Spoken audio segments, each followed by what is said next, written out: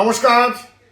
14ই March, আগামী 14ই March বিশ্বপ্রিয় প্রধানমন্ত্রী আসছেন কলকাতা ব্রিগেড মাঠে।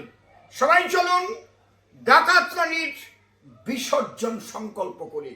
এবার পাল্টানো দরকার, চাই বিজেপি সরকার। ওটাই পাল্টানো দরকার, চাই বিজেপি সরকার।